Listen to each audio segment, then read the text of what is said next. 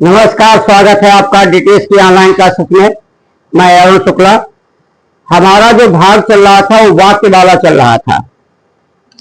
तो वाक्य में हमने आपको बताया था कि अर्थ के आधार पर वाक्य के कितने भेद आज बताना है। इससे पहले बताया था रचना के आधार पर वाक्य के भेद। तो एक बार फिर से समझ लीजिएगा, वाक्य दो प्रकार के होते हैं। यानी वाक्य के मुख्य रूप से दो भेद होते हैं, एक रचना के आधार पर और एक होता है अर्थ के आधार पर। तो रचना के आधार पर वाक्य के तीन भेद होते हैं, सरल, संयुक्त और मिश्र वाक्य। अर्थ के आधार पर वाक्य के 8 भेद होते हैं। तो अर्थ के आधार पर कितने भेद होते हैं? 8। इन 8 भेदों की चर्चा की जाएगी। तो सबसे पहला जो वाक्य का भेद है वो है विधिवाचक या विधानार्थक।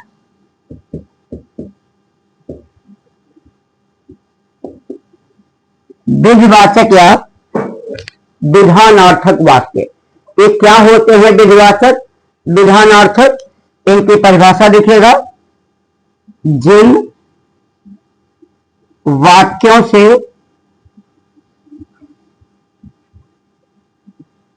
किसी कार्य के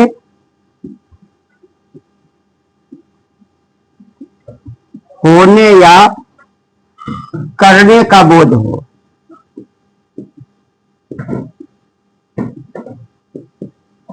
यानी ऐसे वाक्य जैसे पता चले कि कोई काम हो रहा है या कोई काम किया जा रहा है। या होना और करना में अंतर समझ लीजिएगा। जो वाक्य बाय नेचर होते हैं उसे कहते हैं काम हो रहा है, और जो मानवीय कृत है वो काम किया जा रहा है। जैसे सूरज पूरब से निकल रहा है, एक कार्य हो रहा है। हवा चल रही है, एक कार्य हो रहा है। बच्चे खेल रहे हैं, एक कार्य किया जा रहा है। उदाहरण इसके देखते हैं। जैसे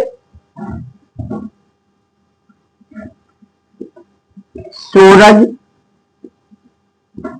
पूरब से निकलता है। फिर है प्रातः शीतल पवन चलती है। प्रातः शीतल पवन चलती है। बच्चे गेंद खेल रहे हैं।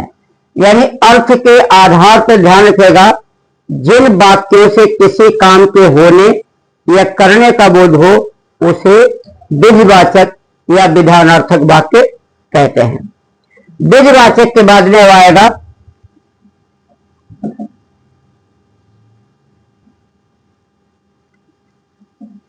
निषेधात्मक या नकारात्मक वाक्य।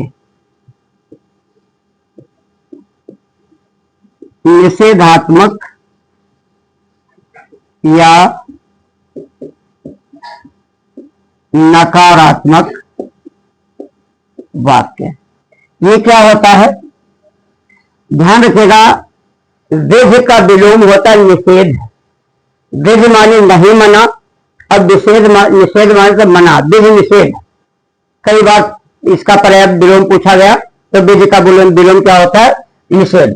तो निषेधात्मक या नकारात्मक वाक्य, परिभाषा उसी की विपरीत हो जाएगी।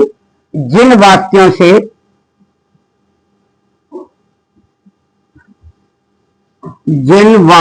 से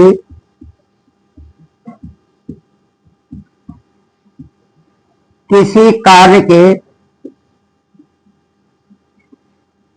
न होने का बोध हो, उसमें का होने का बोध हो और उसमें न होने का, उसी का विलोम कर सकते हो। जैसे उदाहरण क्या लिखे? उसने कुछ नहीं खाया। रामू स्कूल नहीं गया। बच्चे गेंद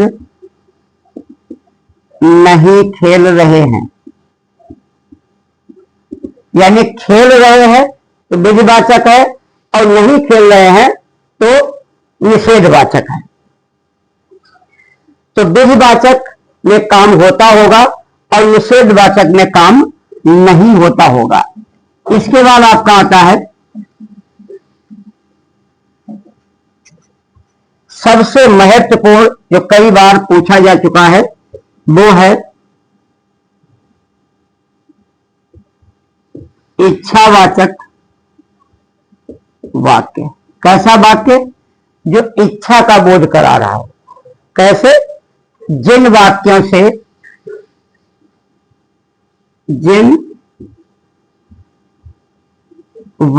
से इच्छा,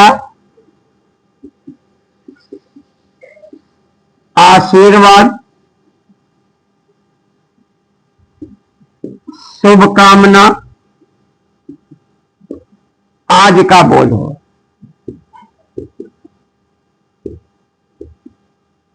यानी जिन वाक्यों से इच्छा का बोध होता हो, शुभकामना का बोध होता हो या आशीर्वाद का बोध होता हो, उसे इच्छावाचक वाक्य कहते हैं। जैसे ईश्वर आपकी रक्षा करे। अक्सर स्टेशनों पे क्या लिखा होता है? आपकी यात्रा मंगलमय हो। आपकी यात्रा मंगलमय हो। या कहा क्या लिखा जाता है? तुम्हारा कल्याण हो। तो इस प्रकार के जहां वाक्य होंगे वे इच्छा, आशीर्वाद या शुभ कामना का बोध करा रहे होंगे, उन्हें हम क्या बोलेंगे? इच्छावाचक वाक्य। इच्छावाचक के बाद में होता है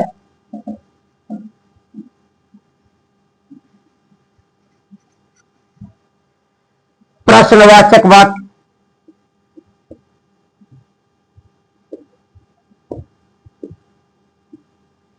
प्रश्नवाचक वाक्य, इसमें क्या कहेंगे? जिन वाक्यों से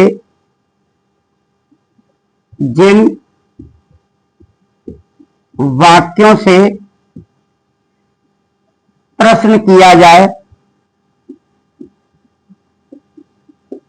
उसे प्रश्नवाचक वाक्य कहते हैं। सबसे सिंपल और सरल सा इसका उदाहरण यही है कि कौन, क्या या क्वेश्चन मार्क इस पे लगा होता है। जैसे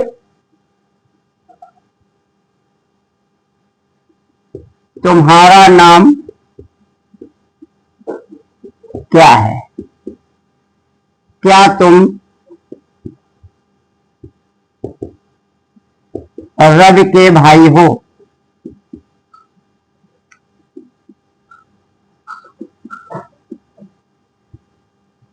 उसकी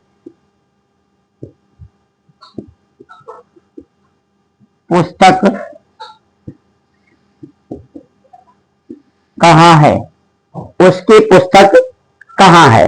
यानी यहां पर यह बताया जा रहा है कि जिन वाक्यों से प्रश्न किया जाए या ऐसा पता चले कि कोई कुछ पूछ रहा है, वहां पर इसी प्रकार के वाक्यों का बोध होगा, ये आपको ध्यान रखना है। उसके बाद आता है प्रश्नवाचक के बाद में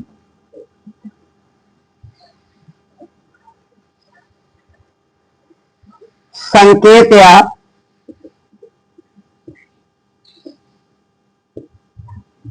शर्तबोधक वाक्य।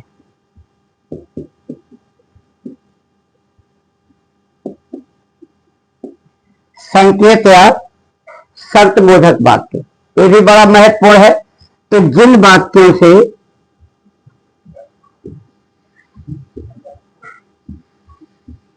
किसी शर्त या संकेत का बोध हो।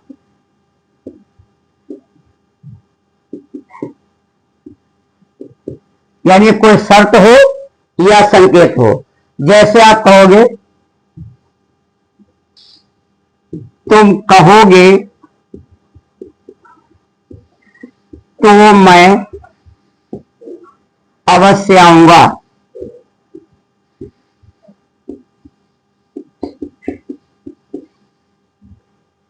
अगला है पिताजी आ जाएं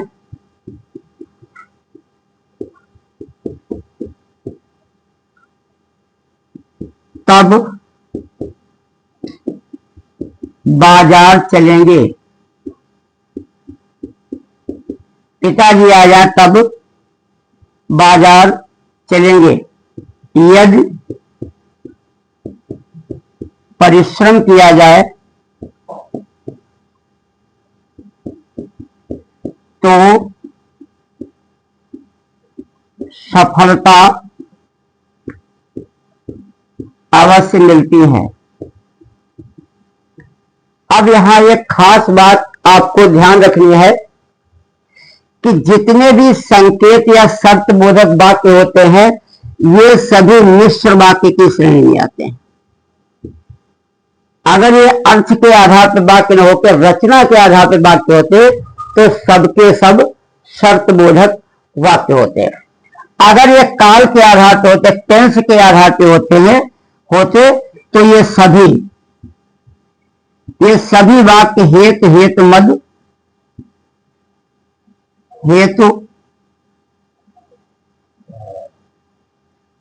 मद भूतकाल के वाक्य होते हैं। भूतकाल के या भविष्यकाल के।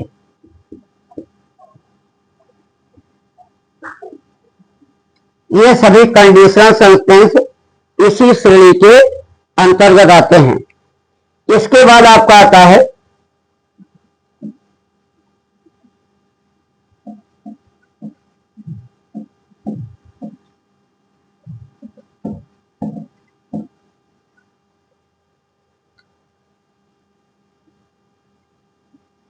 संदेह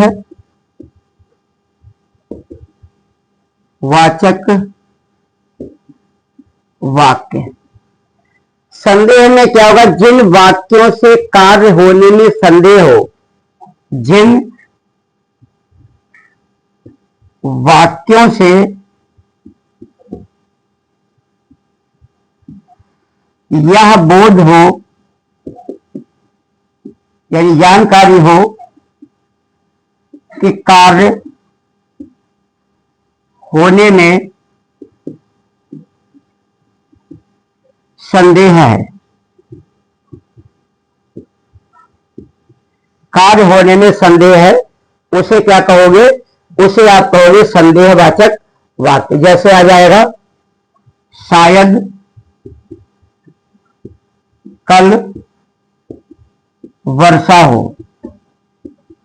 शायद कल वर्षा हो। वह स्कूल जा सकता है। जैसे कहोगे, मेरी नौकरी लग सकती है। यानी कहीं न कहीं संदेह का बोध जरूर होगा। ये आपको यहां पे ध्यान रखना है। संदेह का बोध इन वाक्यों में अवश्य होता है। फिर आएगा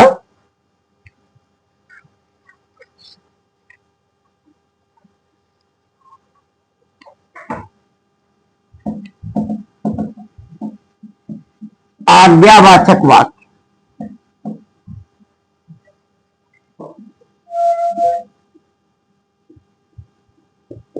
आज्ञावाचक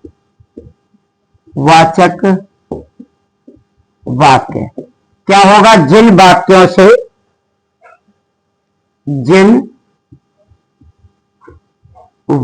से आज्ञा, आदेश, अनुमति का बोध हो। जैसे कहोगे, क्या मैं बाहर जा सकता हूं? इस प्रकार से अगर कोई वाक्य होगा, जैसे कहा जाएगा कृपया आप बाहर जाएं। जैसे कहोगे कक्षा में शोर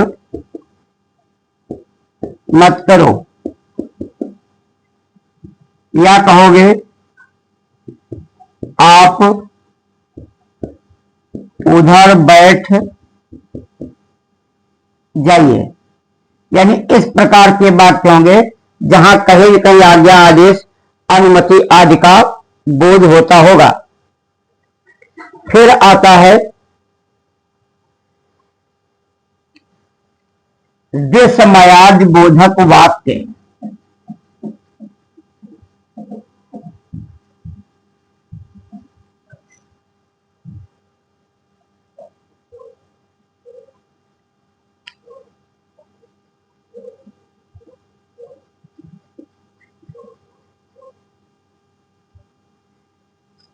विस्मयाद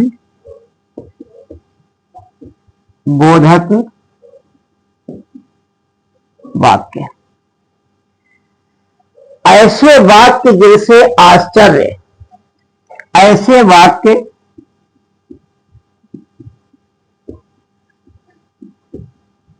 जिनसे आश्चर्य, घृणा, हर्ष आदि का बोध हो। इसमें सबसे अच्छी बात यह है कि इसमें विस्मयाद सूचक यानी संबोधन सूचक जो चिन्ह होता है, कारक चिन्ह, वो लगा होता है। जैसे वाह कितना सुंदर दृश्य है, या कई बार कहोगे अरे तुम गए नहीं,